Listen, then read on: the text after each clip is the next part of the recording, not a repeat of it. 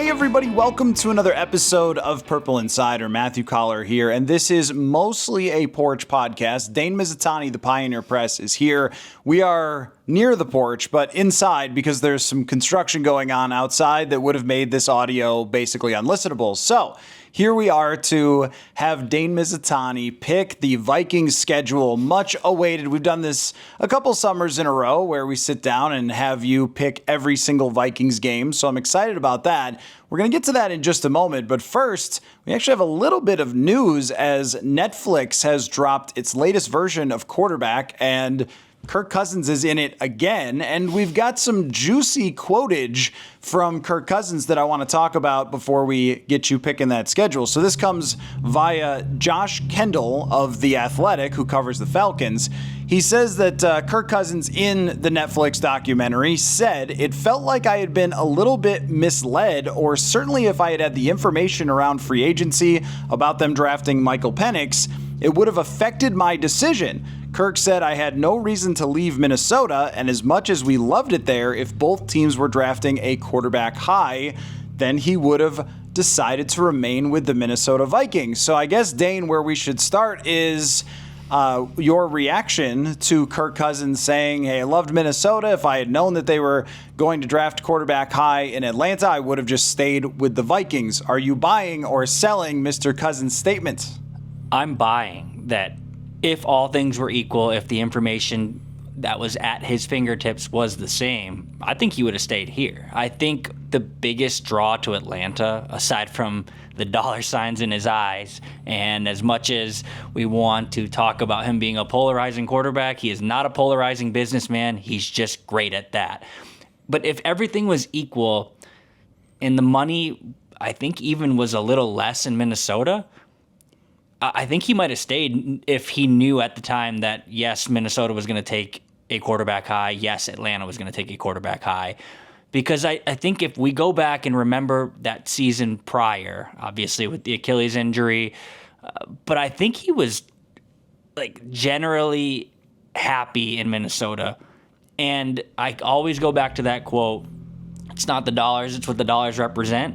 I think if the dollars represented you're going to have to compete for your job both ways, he probably just stays with what he's familiar with. So I believe the ethos of that quote. What makes me laugh, though, is Kirk Cousins is so PR trained during the year that none of this came up. He pouted for a little bit, but then he turned the page and said, "I'm going to be a good teammate."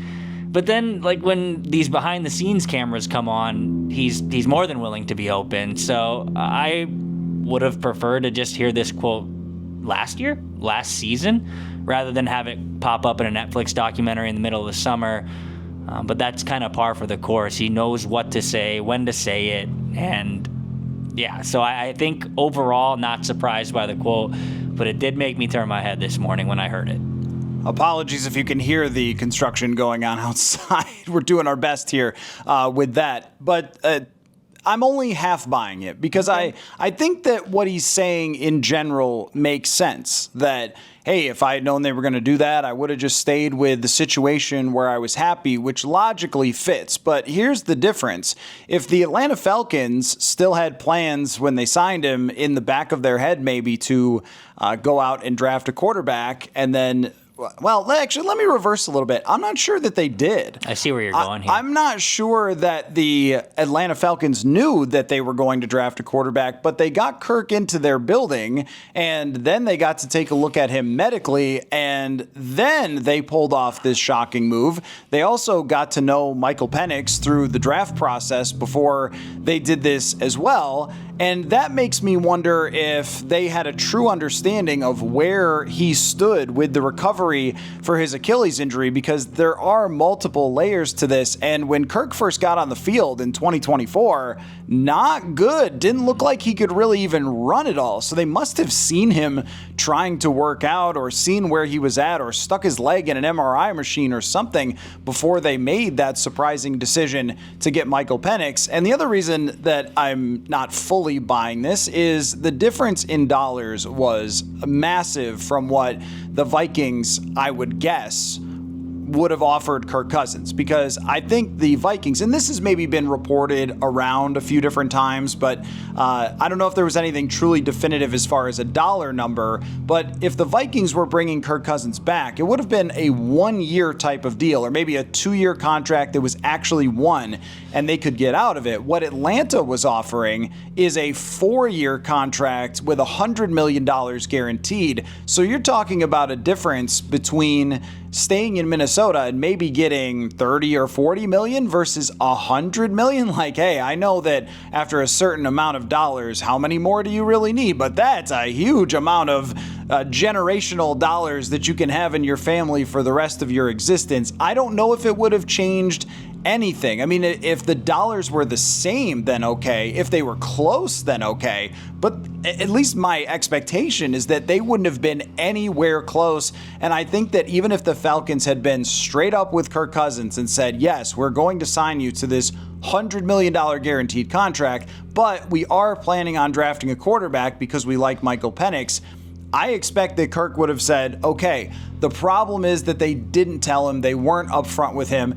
If there was a $50 or $60 million gap in guaranteed money, I still think he would have left for the Atlanta Falcons. And the other thing is, too, that, I mean, would he have wanted to stay in Minnesota? It's different if he gets beat out by a rookie quarterback in Minnesota than it would have been in Atlanta. And maybe he wouldn't be thinking about that. But if you've been the Vikings quarterback for that long, and then they pick somebody else, and then that person beats you out in, I don't know, training camp or in the middle of the season, I think that's so much worse for you than if you go somewhere else and then you can say, oh, well, hey, I never really knew what the situation was going to be. Yeah, I guess the context that you've now brought up is important. I think in a vacuum, I do believe Kirk. I think if everything was the same, he would have preferred Minnesota to Atlanta. But the context that you just brought up probably is important because everything was not the same.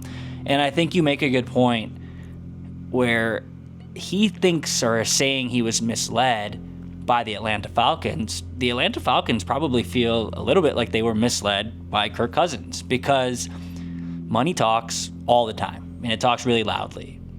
And I just don't know if Atlanta's...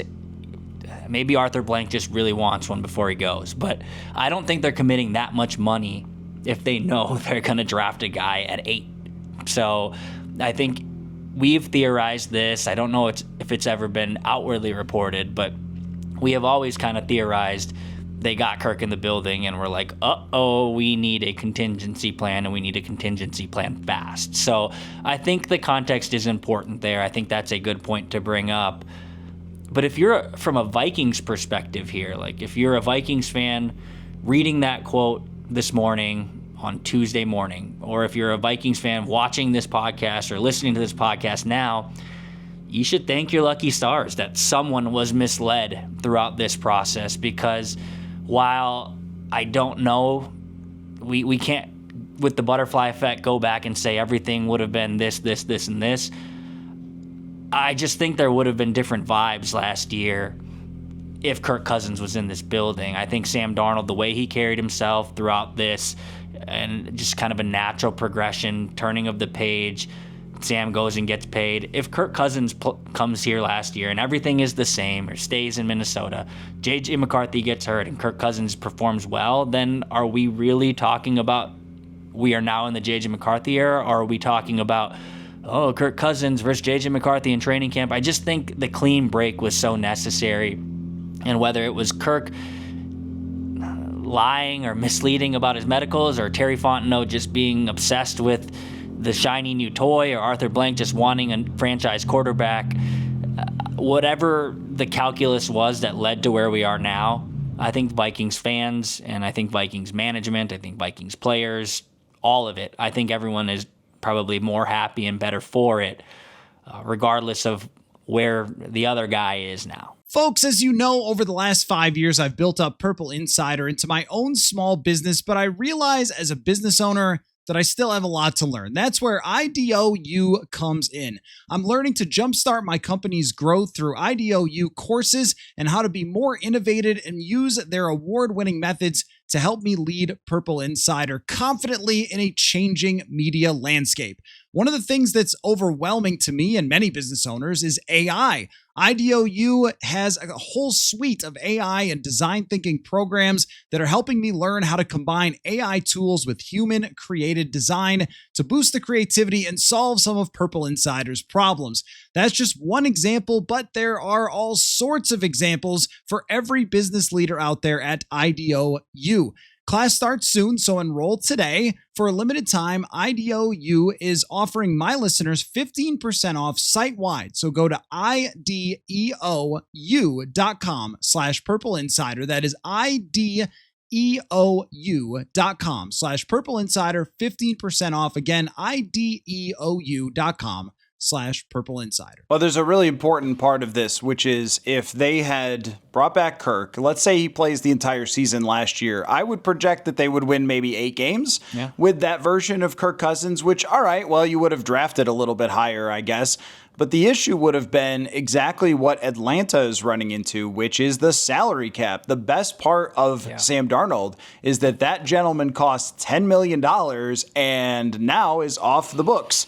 There may have been a little bit of funky stuff that he's on with some dead cap or something, but it's not very much. And with Kirk, if they had signed Kirk and then he was unhappy and then you're trying to trade him or whatever it might be, then you're talking about potentially either having to leave a big Kirk Cousins cap hit and this uncomfortable situation like Atlanta has right now, or you would have been talking about having to cut him and then not be able to afford other players. Like the main thing that the Vikings were trying to achieve, and this is why I don't believe they ever really made an offer in earnest to try to get Kirk Cousins back. I think they made one to be Midwestern polite and would say, okay, like maybe KOC wanted him back on a 1-year deal if that was all it was going to be, and then you're off the books.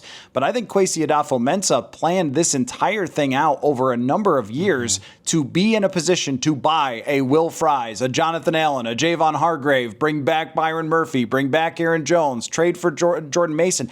That was the plan all along, and I don't think that they were going to do anything with a Kirk Cousins contract that would divert them from the roster building that has been done in places like Philadelphia and San Francisco. And we know those are the models. And if you're paying Kirk Cousins, even if they had brought him back on a deal worth $35 million and there was $50 million guaranteed or something like that, that's still money that you'd have to deal with over the last 2 years. And let's not forget that last offseason, because they were able to plan forward for J.J. McCarthy not taking up any cap space, Jonathan Grenard, Andrew Van Ginkel, Blake Cashman, those players, I don't know if you can sign them to the contracts that you sign them to. At least some of this would have been restricted. And I think we'd be going into this training camp not only talking about this uncomfortable quarterback situation as they are in Atlanta, but we also would have been talking about, well, let's see if Blake Brandel takes another step forward at guard, or hey, he's moving from left to right guard because they drafted Donovan Jackson, or whatever it might have been.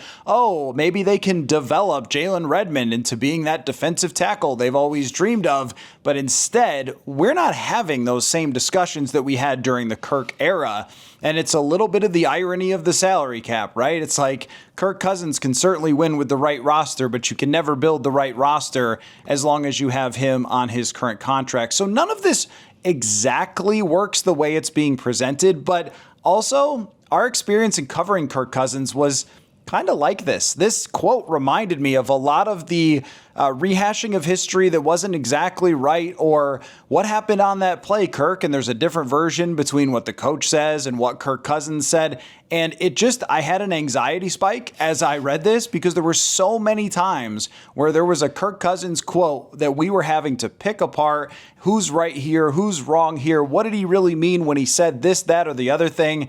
And having all of that kind of in the past and now moving forward with the organization, it feels like, yeah, you did dodge a bullet by moving on from this, but not just the actual performance and the salary cap, but also stuff like this that always seemed to pop up with Kirk Cousins. Yeah, it's funny, right? Because if Kirk Cousins and everything that you just laid out is spot on, like I didn't even mention the salary cap, that is a hugely important piece of this, is that if you brought him back, not only is it awkward, not only is it not a clean break, but you don't have the team you have. But it's funny how if Kirk was on this team and everything was generally similar, and we were heading into training camp here in a couple of weeks, me and you might not be podcasting right now because we would probably be watching quarterback 2, thinking like, okay, let's see what he said this time. And now, you know what? I'll just tell everybody listening and watching, I'm not going to watch quarterback 2. I'm not. I'm going to let the Atlanta writers watch it, and I'm going to let them parse through all of this, that the riddles that he speaks in, and I'm going to go enjoy the outside. So it was always something with Kirk, whether it was play on the field or kind of the media circus that he attracted, sometimes and oftentimes very with intentionality. He knew what he was doing most of the time. He knew how to get a reaction. He knew how to paint himself in a light that seemed more favorable to him, rather than kind of always taking accountability for what truly happened. So I believe him at face value. I believe that he believes that if everything was the same, he would stay in Minnesota. But I think he's probably just kind of wired this way at this point. When you are Kirk Cousins going through the reality of certain situations, I think he tends to conveniently forget some of the big picture or the entire encompassing picture that is the now, because he wants to kind of feel like he has been wronged or he has something to prove. And it's something that we heard so many times throughout his tenure in Minnesota.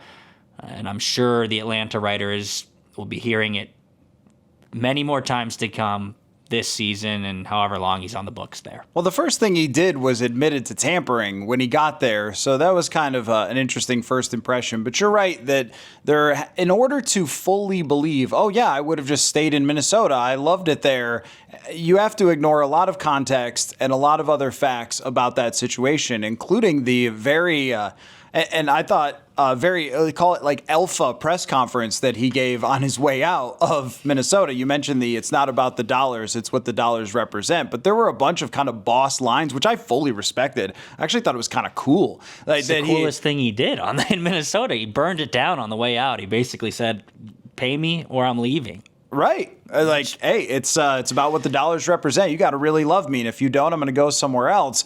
But had he not said that, then I would have thought, well, maybe you were considering. But I think that also another part is you have to know when you get to a certain age as a quarterback, no matter what your contract is, they drafted another quarterback when Aaron Rodgers and Brett Favre were in the building. And now he acts like he's so shocked, as if Alex Smith was one of the best quarterbacks in the NFL when they drafted Patrick Mahomes. This isn't the newest thing to ever happen. So there you go. 15 minutes that we never have to do again because J.J. McCarthy is the quarterback. So why don't you pick some games here? I have made it very known, very public. A lot of people are talking about it, that I upped my win total a bit, and you were there for that podcast when I made that call. I intentionally told you, don't think about it. Like, don't write these down. Don't do a lot of planning. We just want your earnest and instant reactions to each game on the Minnesota Vikings schedule, and I want to know where you stand, how many wins you believe they will have when we get to the end of this. So don't try to shoot for a certain number, just win or loss. What do you think is going to happen? This is the most fun way to do it because, like, obviously I've looked at the schedule. But I remember doing the Porch Pod last year. I don't know what number. I'm sure someone knows what number I ended up at. But when you're in the heat of this battle and you're just picking and you're like, oh, I got to win in 11 games?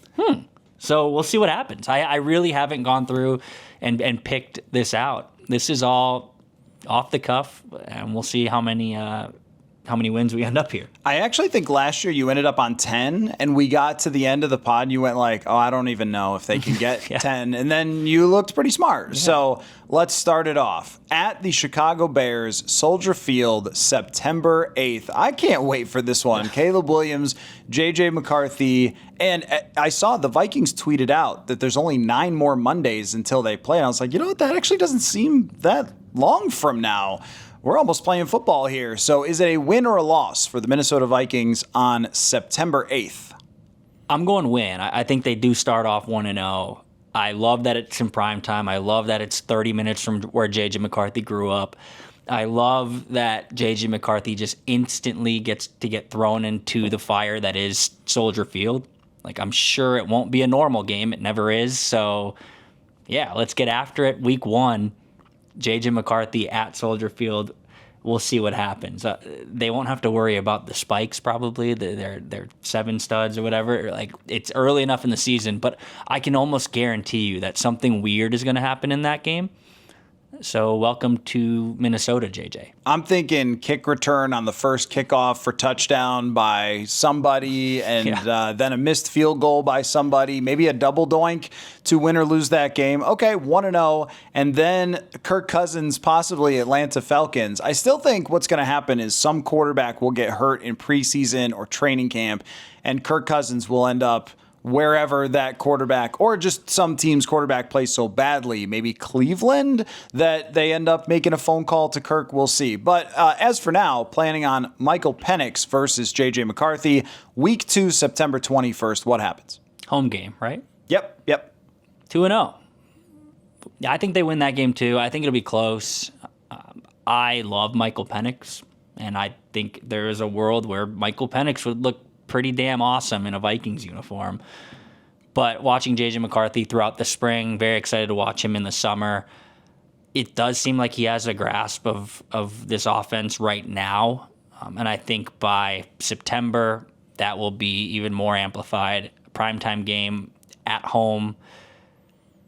I think the Vikings roster is frankly just better, largely because the Falcons are paying Kirk Cousins and having to deal with that cap hit. So I like them to win that game too and start 2-0. I'll stop tracking 2-0, 2-1 because that defeats the purpose. But yes, they're going to beat the Falcons in week 2. I really would love to know if the Vikings would have taken Penix or J.J. McCarthy. After seeing Penix, you could really see that fit with all of his downfield passing.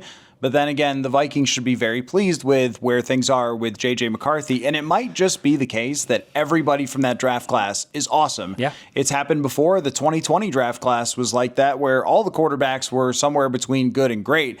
And I think that might be what happens for 24. Cincinnati, September 21st at US Bank Stadium, our first noon game of the year. I forgot to mention the Atlanta game is also on prime time, but US Bank Stadium, Joe Burrow, his first trip ever to US Bank Stadium. I think the Vikings will lose that game. I just think if there is one question mark on this team right now, it's the secondary and who's going to hang with Jamar Chase. It might be a 45-42 game because Cincinnati pretty much just said, screw defense, we're only going to play offense. So I think the Vikings should be able to score with them. I think I just trust Joe Burrow more than I trust J.J. McCarthy, and that's what it comes down to. I think it'll be fun. I think if the Vikings win week 1 in primetime, week 2 in primetime, and J.J. McCarthy looks great in both of those games before a national audience, then week 3, J.J. McCarthy, the up-and-comer against Joe Burrow, one of the best in the game. Like, I think a lot of people will attach themselves to that, latch onto that. I just think Joe Burrow right now with where he's at is better than J.J. McCarthy, regardless of how good he looks for the next couple of months. So Vikings lose that game. I think it'll be close because I don't think Cincy plays defense. And they have changed, if there's one thing to their benefit on defense, they changed defensive coordinators, which means that tendencies are going to be a little bit harder to come by. But, fair enough. When you're talking about a future Hall of Fame quarterback, one of the best in the game, versus somebody who's unproven, that's a little different than McCarthy versus Williams, McCarthy versus Michael Penix. All right, now to the overseas contests. In Dublin, Ireland against the Pittsburgh Steelers, and then Cleveland in London, a game that you were going to be going to. How do they do against Aaron Rodgers overseas for the second time in as many years? I think they lose to the Pittsburgh Steelers. I do. And the Vikings never lose abroad. They don't. But I think that the roster that the Steelers have constructed, matching up with the Vikings, Like there are ways that the Steelers are going to be able to hang with the Vikings. I guess I'm betting on Aaron Rodgers, which at the beginning of this podcast I wouldn't have said I would do because the man's 41 and frankly looked horrible last year on not the same turf but in the same neck of the woods. But I think with the travel and staring down the barrel of another week in the UK, I think there's going to be just a lot of distractions that go into that game. I know they're going to do the thing where they try to sync up their circadian rhythms and they try to eat melatonin and drink coffee and like stay on Minnesota time for that game in Dublin. But I think in theory it sounds very good to go through the AFC North without playing a true road game because they play the Steelers in Dublin, then the Browns in London. But I think when you are staying overseas for 2 weeks and you're kind of projecting out, I think there is a chance that, I don't want to say they overlook the Steelers, but that there's just so much going on with where things are headed after that. So I think they lose to the Steelers in week 4. But on that same accord, I think they bounce back and beat the Browns in week 5. So I think it's a split overseas. If it happens the other way and they beat the Steelers and they lose to the Browns, I'm going to take credit for that. I get credit for the split. I just don't think they sweep the 2 weeks abroad as well as they play across the pond generally. Okay, 3-2. And yeah, I don't know. I just, with Aaron Rodgers, his performance was so mediocre last year.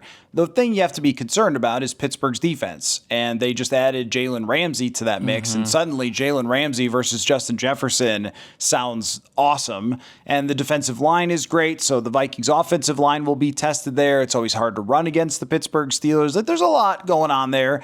When I did some research about the overseas games, I looked up every single overseas game that has happened since the NFL launched this initiative, I guess, to have games in London all the time.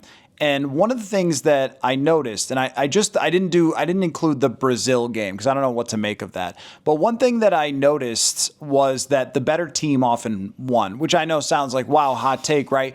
But in the NFL, it's usually like an any given Sunday, and it was really leaning toward if you were the better team, you usually won and covered when they went over there. So if the Vikings are the better team than Pittsburgh and Cleveland, I would give them the edge. I really give them the edge over Cleveland because they'll be over there for the entire week. Pittsburgh's not a joke team, though. I mean, they're in the playoffs. They have winning records all the time. So it's not a crazy idea that they could lose. So 3-2 going into the bye week. And now this next stretch. It's a gauntlet. This might be the toughest stretch I've ever seen on any Viking schedule ever.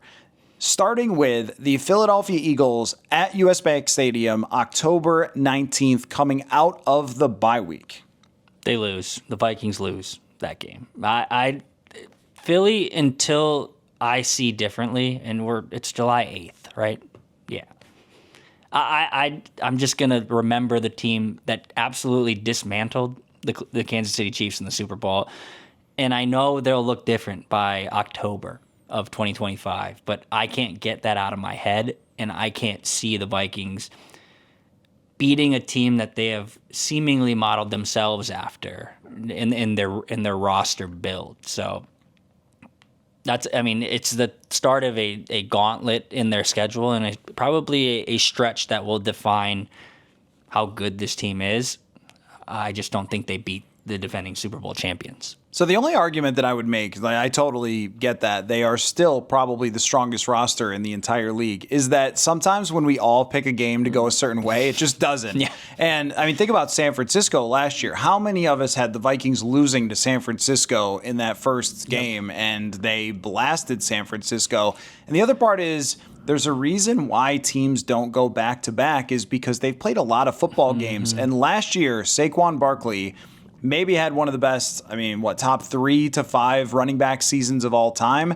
Do you know how often that gets repeated in the next year? Never. Never a clock is when it gets repeated. And that even Adrian Peterson dropped from 6 yards a carry down to about 4.5 yards a carry the year after. I think Philadelphia will be a little bit more wound down, and I don't think their D-line is the same as it was last year. So I'm not trying to talk you out of it, 3-3.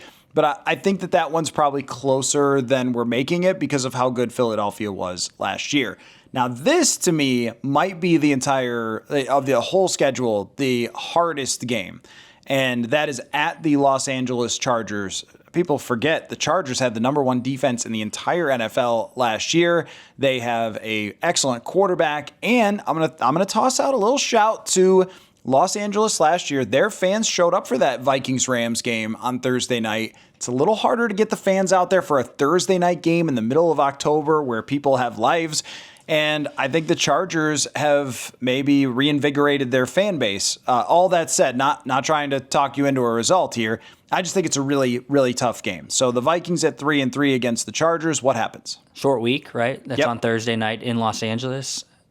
I think they win, but I think I think your inclination or like your gut reaction, certainly as a Vikings fan, if you're looking at the schedule, is, yeah, the Vikings are better than the Chargers. That's probably true, like roster, up top to bottom. But year 2 of Jim Harbaugh, things are starting to trend forward. Year 2, right? He's only been here for 2 years. He has. It feels like he's been here forever. I think after, the short week is tough, but I think after losing to Philadelphia, getting away, right away turning the page, I think where I lean Vikings is just their roster from top to bottom. I think their playmakers are better.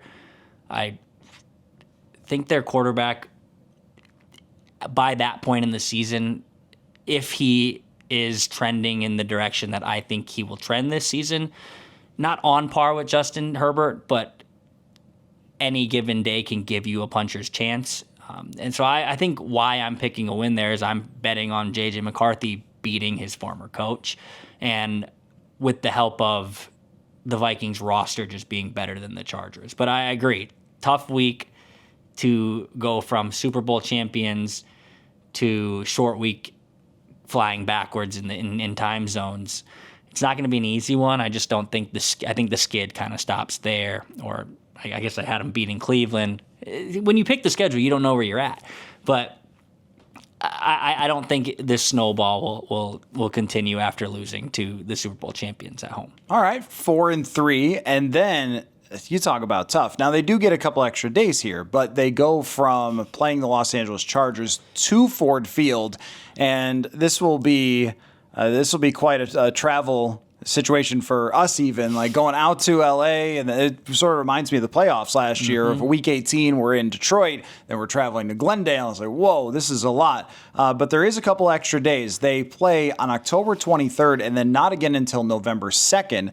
So whatever happens with the Chargers, we're going to have a lot of time to talk about that. But going to Detroit, this is, again, another one of the sort of games of the year, I think, in the entire NFL to have these two teams. It's become an awesome rivalry between the Vikings and the Lions. And KOC has kind of been owned by Dan Campbell but every game has a lot of drama around it. So do you think that the Vikings avenge last year's Week 18 at Ford Field? No, I don't. I can't pick against the Lions at home. And there was a time in my life where that would have sounded preposterous. But sitting in the press box of Ford Field last year, super impressed. I don't know if there's a better home field advantage in the league right now. And the Vikings have a pretty good one. But I think that has turned into somewhat of a house of horrors for the Vikings. And I think that's going to be, aside from just getting completely out of your element and going across the pond, it's going to be the biggest challenge of J.J. McCarthy's career to date. Right down the road from where he went to college, right down the road from where he became somewhat of a hometown hero in Michigan, they'll all be against him in that moment. And mind you, the Detroit Lions are still, if not the one of the best teams in football. The only thing, and maybe this is cheating and skipping ahead, I'm probably going to pick the Vikings to win at home. I'm curious how the Lions look without Frank Ragnow. Like, that's a tremendous loss for that offensive line. Best center, and to me, like, toughness, everything that encompasses like who you want in the middle of that offensive line, it was Frank Ragnow. And now he's just gone. And I think there was probably some sort of tea leaves or reading of tea leaves that he was going to be. I don't think it was a complete shock that he retired and the Lions were like, we don't have a contingency plan. But I think it's really hard to replace a guy like that. So if you're looking for, there's a little crack in the foundation, maybe the Vikings could steal one in Detroit. I think it's there. But that roster is just too talented, and that home field advantage is no joke. I think they are two of the top 5 rosters in the entire NFL. And then actually, if you look at all these opponents, Philly, the Chargers, Detroit, and then our next one, which is the Baltimore Ravens. I mean, this might be, if you made this as your top 5 teams, including the Vikings, for just pure rosters in the NFL, you might be right.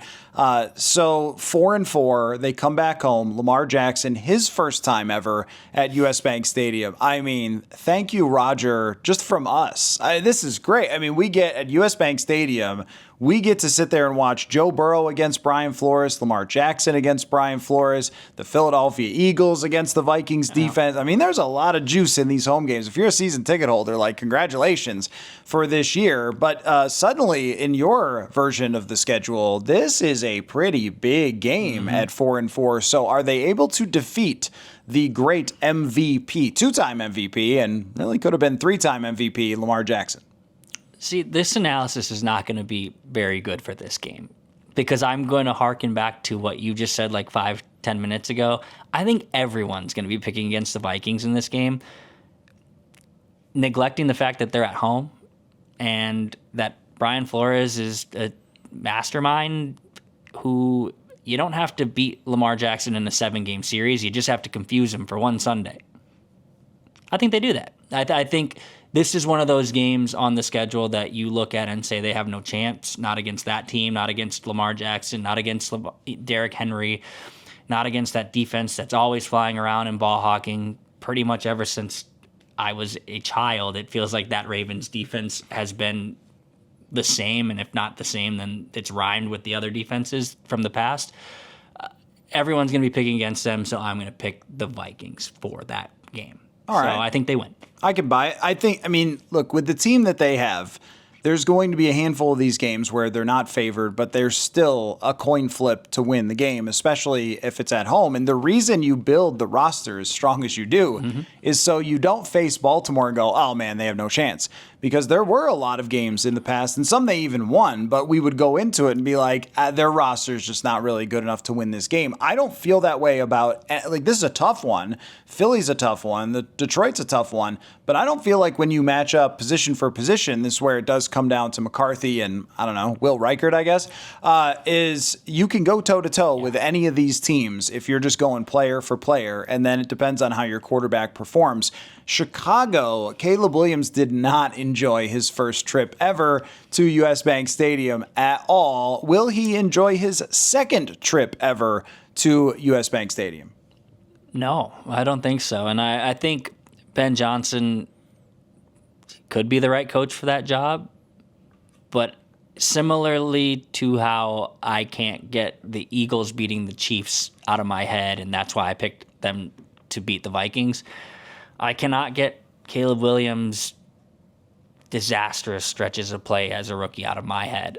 And until he proves me otherwise, like I just can't trust him. I can't trust him to win that primetime game at home in week 1, and I can't trust him to win whatever week we're at now on the road against a very good defense that I talked about Brian Flores hopefully being able to confuse Lamar Jackson and throw him off his game. I don't think he's going to have to try that hard with Caleb Williams. That guy doesn't even watch film, he says. So, yeah, look, I do expect Caleb Williams to take a step forward this year. I think Ben Johnson's going to put him in positions to succeed. I just think a road matchup against the Vikings in that environment is enough to make even the best quarterbacks kind of rattle and not feel comfortable. And I think it's probably amplified for a guy like that in year 2 who has struggled in that building, not 365 days earlier. The biggest curiosity I have is just Ben Johnson has owned Brian Flores' defense, and he's really the only guy who can say that in the NFL over these last few years. Does that carry over, or is that more of a execution? Is it more of a roster? Is it more of an O-line? Because I like what Chicago did with their O-line. I don't love it in the way that I was amazed with the Detroit offensive line at their best, and I think that helps you solve a lot of problems, whereas I think Chicago's is better. Joe Tooney's really good. Jonah Jackson, I have questions. Drew Dahlman, I have questions. Their tackles are not perfect. So I think that we're going to see where that intellectual battle really stands when he doesn't have the totally stacked roster. And then can Caleb Williams execute it, not fully sold on the idea that he can just yet. So did you take a win there? Yeah, the Vikings win. Okay, so the Vikings now 6-4, and this one's going to be special too. J.J. McCarthy to Lambeau Field for the very first time in his career. And I remember last year we talked to some guys that had never been there before and just like how cool that was. And I know Vikings fans don't like to hear about how the Packers stadium is cool. It is, folks. It just is. And if you've been there, you know exactly what I'm talking about. You walk through the field, you kind of get the aura of the whole thing. So for McCarthy to go there and let's see, what's the date? Oh, November 23rd. Get in your slippery shoes. Okay, guys, no wearing those tiny little studs. Let's make sure we got the long ones. But no, this is a game that, I think Green Bay will still be a competitive team fighting for a playoff spot, is another one that could be absolutely huge. And I think this one also has that extra juice of J.J. McCarthy and Lambeau for the first time. Yeah, I like the Vikings to win that game too. And now I think I have them on it's probably a 3-game winning streak. I think I picked them Baltimore, Chicago, and now Green Bay. Mm-hmm. I think they catch a little wave out of that big stretch or that gauntlet of games. And while you have to go from that gauntlet to 2 games in division, I think the Vikings roster is better than both of those teams. So it'll come down to, can J.J. McCarthy rise to the moment in the marquee stadium that is Lambeau Field? Yes, I think he will. And I think this is something that he will probably treat as a big game, not just because it's the Packers, not just because at this point it could be a big game on the schedule, because I think he'll treat it as a big game because he understands the history of this rivalry and what it means to kind of walk into Lambeau Field and get a win. He's done that time and time again throughout his career, whether it was with Nazareth Academy when he was in high school, down into IMG, Michigan. He always seems to rise to the occasion in big games. And I think this might be, in terms of just narrative and rivalry, one of the biggest of his career once we reach that point in the season. All right. So they win the game. 7-4 going down the stretch. A good start to J.J. McCarthy's career overall. And now they go out to Seattle for the Sam Darnold revenge game. Although I just have a thing about calling things revenge games. Like, Sam Darnold's not getting revenge against the Vikings, and the Vikings aren't getting revenge against Sam Darnold. They love each other. Sam Darnold doesn't have $100 million without the Vikings, and we certainly learned a lot about KOC and how he handles quarterbacks, and it was a fun season, and everybody's going to hug. So I don't know. Like, the Sam Darnold hug game is what I'm going to call this. We had a really interesting time in Seattle last time. You and I couldn't find the media entrance. We got absolutely soaked. You didn't bring backup socks and ruined a pair of shoes. And look where we are, November 30th in Seattle. I'm sure the weather will be absolutely phenomenal. But I was impressed, though, with the crowd. That was one where the Vikings did not take over that venue. And Vikings fans usually do have at least 25% of an opposing arena. They did not have that at Seattle's, whatever it's called now, stadium. Hopefully I can look at a map about how to get into the stadium first this time. We'll work on that. But do they get another dramatic victory in Seattle like they did last year? Quick sidebar, and then I promise I will pick the game. But yes, I did not pack an extra pair of socks, and I wore those shoes soaking wet throughout the entire game. And then I wore them to the airport, and I wore them on the plane, and then I wore them back home. And as soon as I got home, my girlfriend said, "What is that smell?" And I said, "Those are my shoes." And she said, "Throw them in the trash." So RIP those shoes, but it was a hell of a game. Look, I think the Vikings win that game too. But it's what Sam Darnold did in Seattle last season cannot be overstated. Like, it was a playoff game for the Vikings in that moment and for the Seahawks in that moment. The crowd brought it. The weather was crappy, hence my shoes. And Sam Darnold stepped up and got it done. It's going to be a challenge for J.J. McCarthy. He's not just going to walk into Seattle and get a win. He's going to have to show his moxie, show what he has. So I think what I would be picking in this game and why I would pick the Vikings to win is not so much because of J.J. McCarthy, but because of Brian Flores knowing Sam Darnold and Kevin O'Connell knowing Sam Darnold. And I think the knowledge you build and gain about a quarterback when he is yours, I think it's the same reason if Kirk Cousins was still the quarterback of the Falcons week 2, I would pick against them. I just think they're going to know what to do against Sam Darnold and how to get him off of his game. And I don't want to take away from Sam Darnold's skill set and say, like, it's so easy to knock him off his line. Like, he gets to punch back too. And I expect him to do that. I expect him to be good this year in Seattle with, where he's at in his career and the ascension that he showed from this time last year to this time this year.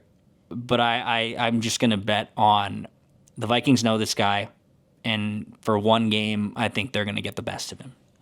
Now I'm thinking what we should have done in part for this podcast was talk about the tribulations of each stadium that we've had throughout our lives. I was just looking at the schedule. So not to ignore what you said about Sam Darnold, I do think that confusing blitzes were problematic for him last year, and the confusing blitz king is the guy who's running the Vikings defense. To me, that's the edge, and they also have a new offensive coordinator in Clint Kubiak that there's some familiarity with, but we also just don't know how different that's going to be. I think that Seattle's offensive coordinator last year was not very good, but I got stuck in the Los Angeles Stadium because you actually exit on one of the higher levels. It makes no sense. So, because it's built down into the ground. So I went all the way to the bottom. So I'm like hundreds of feet below the earth. Looking up. And I'm like, how do you get out of here? And I'm asking a janitor, and the guy's like, are you serious? He's like, nowhere close. I'm like, okay. How about Detroit? Couldn't find my way in last year because I was told by a security guard I was in the wrong spot when I was in the right spot. So Kalen Kaler from ESPN and I, we walked all the way around all of Ford Field in the middle of winter trying to find our way through that one. It's Seattle. We just had that problem. Green Bay, they suddenly changed the parking lot on us one time. I could not find it because it wasn't labeled, and I walked in during the national anthem. So there's every one of these stadiums. All right, you have the Vikings at 8-4, and they are now rolling. They are the talk of the National Football League at this point, and they will return home to face my predicted MVP of the National Football League, Jaden Daniels, on December 7th. So are they 9-4? Do they keep the streak going? No, I think they lose that game. And I think, look, let's just say it. Jaden Daniels, is that what you said? You have him as the MVP this year? I think he's going to take, you can't be much better than he was as a rookie, and I think he's going to take another step forward this year. That guy is everything you want in a franchise quarterback on the field and off the field. He has swag about him. He has gone into Washington and completely changed the franchise. And I think they are going to be one of the best teams in the NFL this year. And I think coming off that stretch that the Vikings will then be coming off of, you've just the chunk of that schedule early on with the gauntlet of games, and then back-to-back against division opponents, and then going out to Seattle, and then coming home and playing a team like that with a quarterback like that. It's a lot to ask. I'm very excited that we get to see Jaden Daniels in person in the same season that we get to see Lamar Jackson in person in the same season that we get to see Joe Burrow in person. But I don't think the Vikings beat Jaden Daniels like they beat Lamar Jackson earlier in the season. So all right. Fun game, tough game. Funny, right? Like there's a time not too long ago where you would look at Washington and say, well, they won that game, let's move on, there's nothing to talk about. Shows you how important finding the right quarterback is to completely changing the narrative for a franchise. The Vikings aren't going to win that game. My only question is, has the Commanders franchise changed enough around Jaden Daniels for them to be a great team. They were good enough last year, and they get one amazing performance from him and their defense in Detroit, and then all of a sudden you are at the NFC Championship. It's kind of how playoffs can be funny like that. They get a fumble from Baker Mayfield, and then they get a meltdown from Detroit, but Detroit also loses its top corner on the first play of the game or whatever it was, and suddenly you're finding yourself as like the darlings of the NFC. And I think the Commanders will be very good, but I kind of expected more. I mean, they brought in Deebo Samuel. I'm skeptical about Deebo and where he's at with his career right now. And Laramie Tunsil should have improved the offensive line, but on defense, how much did they really make gains? That would be my biggest question there. Plus, young quarterback, first time at US Bank Stadium. We have seen some disappointing performances by really good opposing quarterbacks. CJ Stroud. Exactly, when they come to US Bank Stadium. All right, so 4 games left in the season. We are going to Big D on December 14th, the Vikings and Dallas Cowboys. Shockingly, on national TV. I can't believe that a Cowboys game would be on national television, but somehow they found a way to fit it in. This one, I think, is probably the most overlooked game on the schedule, as could actually be tough. They were bad last year, but just 2 years ago, with a lot of that foundation, Dallas was a really good team. So you've got the Vikings 8-6 going to Dallas. I think they win in Dallas, but I agree with you. I don't think it's going to be this walkover game. I don't think you can win a Super Bowl with Dak Prescott, but you can win a lot of regular season games with Dak Prescott. And I think the reports came out today. He's expecting to be fully healthy by training camp or certainly by the start of the regular season.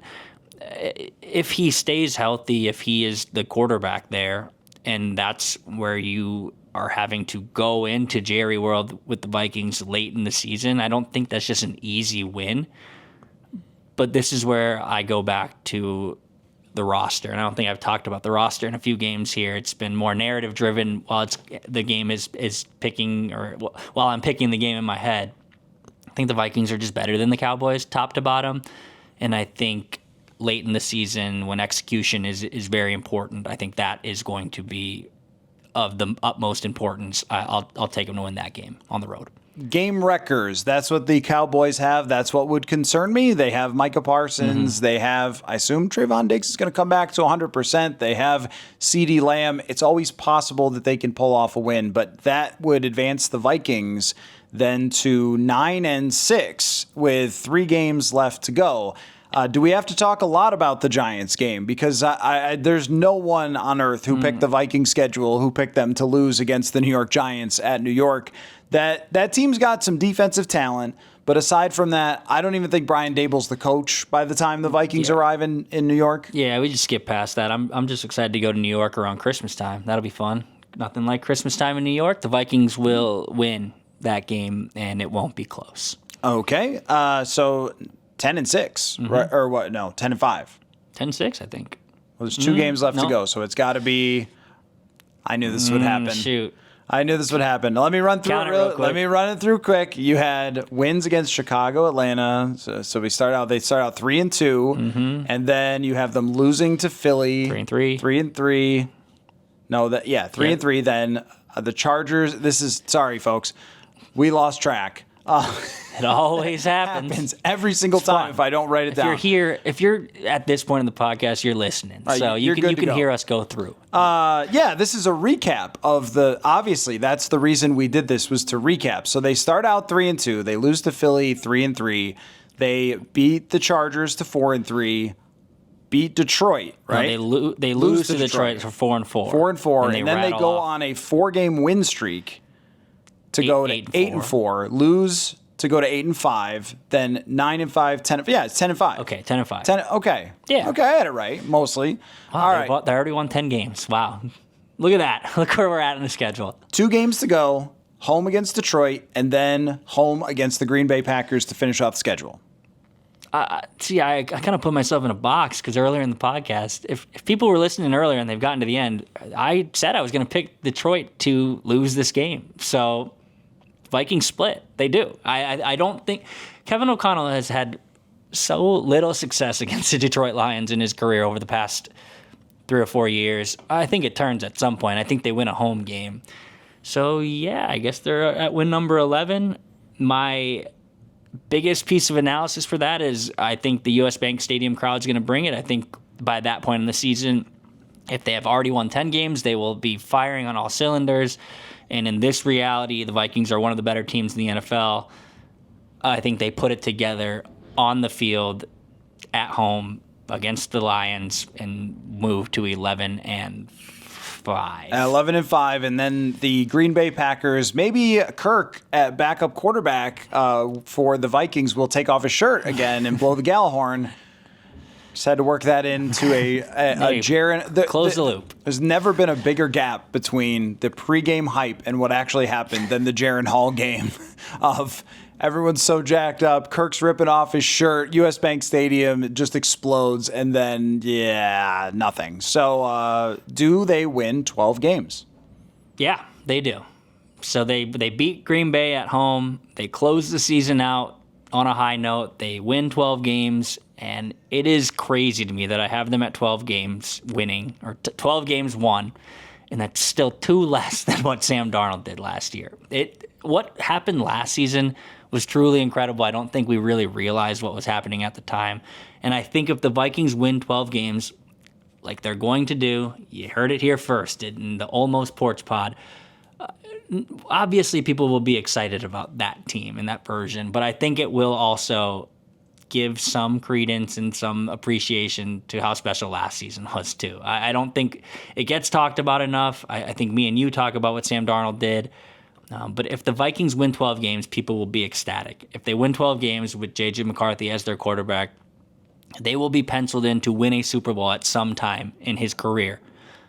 And they will still fall 2 games short of what they did last season. So last season was special. I do think this season's going to be special too, evidenced by they're going to win 12 games. I just picked them to win 12 games. I think in the spring or at the end of OTAs, I had them at 57% to make the playoffs. If they win 12 games, they're going to make the playoffs. So that's what a month away from the facility can do for you. Well, this will be a question that I keep going back to with you as we go through training camp and watch J.J. McCarthy on a daily basis. Can't wait to do those very sweaty, tired podcasts after practice inside TCO Performance Center. Very excited for those to see if you are going to stay on this 12-win train or if you start to lose confidence in that as things go. The only interesting part to me about the way you pick this is that the start of the season, the way you have it, would have a lot of people going like, oh, are the Vikings mid? Is like J.J. McCarthy mid? It's actually what happened with Bo Nix last year, where they started out kind of average, and then all of a sudden the Broncos reeled off a bunch of wins, and they end up with a 10-win season in the playoffs. Now they're high on their young quarterback, but the middle of the season, if they are able to rip off wins against the Chargers, Detroit, Baltimore, Chicago, I mean, we're talking about like bang, bang, bang, bang. They would be one of the biggest, most discussed teams in the entire NFL if they got hot during that run, because there's just so many good teams that they're going to face. I think the schedule is a little hard for 12 wins, but I'm the one that was sitting here at 11. So I think that what that tells you is that there is, at least from us, the benefit of the doubt for J.J. McCarthy and the supporting cast and what Kevin O'Connell can do.